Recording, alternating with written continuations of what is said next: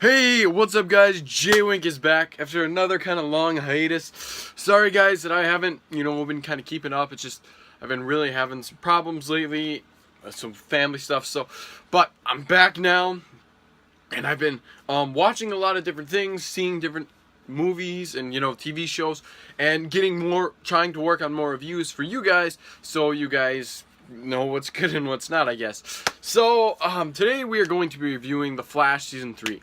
So, the reason why I didn't do Flash earlier or do the weekly episodes was because, one, when I first started watching The Flash, it wasn't on my TV, like on my DirecTV, but then I eventually found it, but I was like 4 or 5 episodes in, so then I didn't go back and do them.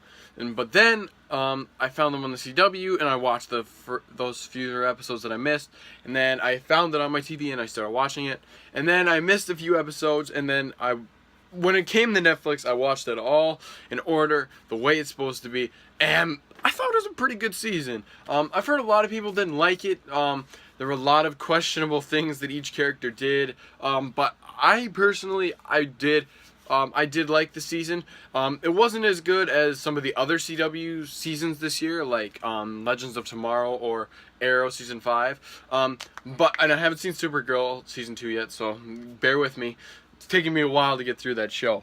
But, yeah, I really did like Season 3. There were, even though the main big point of the season was Flashpoint, and we were only in Flashpoint for 1 episode. And yeah, there are going to be spoilers in here. It's been a pretty good while, I'd say, so I'm sorry if you had seen it, but if not, go watch it right now and then come back. But, yeah, I really did wish that we would have stayed in Flashpoint a little bit longer, but, I kind of got the idea what they were hinting towards. They were trying to show how, Flashpoint was still a problem, even though, he wasn't still there. It really showed the effects, of Flashpoint throughout the season and the repercussions of what happens when you change an event in time like that. And I thought it was very interesting and very cool. It was a cool concept, but like I said, I wish they would have stayed there a little bit longer. Another good thing about this season was there were a lot of strong performances throughout the season, from Grant Gustin to Candice Patton, to Daniel Panabaker, Carlos Vidares, and Joe. A lot of them I say each character really did have a good, really did have a good episode where they did stand out the strongest. And they all really had awesome performances, way better than they have it in season 1 and 2. Because there is a bigger situation going on, and it's really affecting each and every character, especially Joe and Barry and Iris and, Wally. And that's that Iris is going to die. We find that out like in the mid-season finale, that Iris is going to die because Barry got sent to the future. And it was very just like, now we've got to get into gear. And you really see how much it is bringing them down and how much it's hurting them to know that, she's probably, who knows if she's going to make it? Is she going to live? Is she going to die? And it's really just a big question throughout the season. I did like Savitar. I thought his suit was cool. I did kind of like how it was Barry from the future. Because it really showed that you yourself are your own worst enemy, and I kind of liked that because it was all the bad, the hatred, and the anger from Barry that Barry could have been, and fighting the good and stuff like that. But it was kind of the cliche, But yeah, I really did like, and I kind of liked how Leonard Snart was like, when he had his team up with Leonard Snart, stay a hero. The Flash is meant to be a hero, not, a bad guy. And it really shows that you are one bad day away from, being someone else. And creds to the Punisher for saying that line. But definitely, it does show through the season. And, it is a big question I really asked myself, like, if Barry never would have created Flashpoint, would Savitar be born?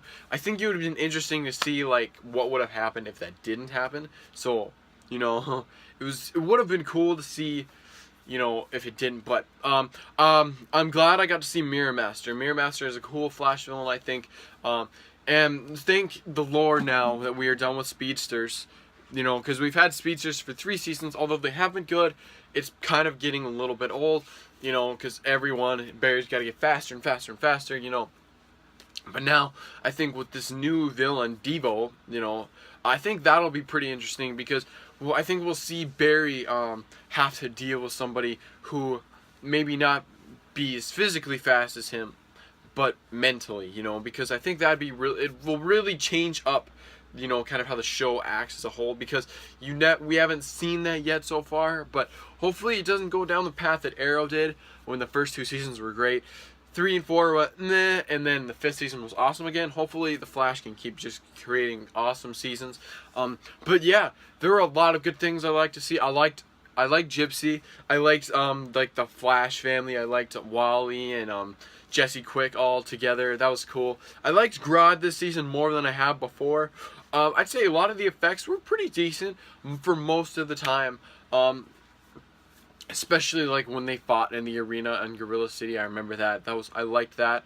But like I said, there were a lot of good moments. And I really did love the season finale. Well, like the season finale moments, like when Barry became in the red suit, like when he became Savitar and it came all red. That was cool. That was just a cool image in general. And I kind of like to see how Iris took care of the problem, you know, how she shot him. But will Savitar show up again? Who knows? Maybe that'd be an interesting villain for the Legends, maybe, you know, because they will really be tried. And I did like the crossover episode, especially because Barry didn't know what it meant by the time. But I really did like that, and especially how the team had to, like, you know, be careful if they trusted him or not. And also, I did like how Barry and Oliver kind of work together in this episode, because Barry and Oliver, I think they have an awesome chemistry together and duo. They are very good, you know, they really play off each other very well, and it's just cool to see them two together. I'm trying to think what else. I like Julian. That was cool. I did also like the Philosopher's Stone and Malfoy, like in the same kind of universe, but thought that was pretty, you know, on the nose. Maybe not. I don't know. I don't know if the Philosopher's Stone is in the comics. Maybe it is, but if it is, let me know in the comment section below, please. But yeah, I think that's pretty much it. Is Flash season 3 worth checking out? Yeah, I think so. Especially if you were a fan of the Flash, some things you might not like, but I did, but that's just me personally. I guess I'm into different things than what everybody else is. So, but hopefully, if you guys do check it out, you guys like it, and if you check this video out, hit that like button if you like this video, found it informative. I'm gonna give this season probably 4 out of 5 winks. I definitely thought it was pretty good, pretty decent. There were some things that could have been better. But overall, just by the performances and a lot of the action and the effects, I thought they did a really good job with that. And yeah, guys, that's about it. I'm Jay Wink, and I'm looking out. I'll see you guys later.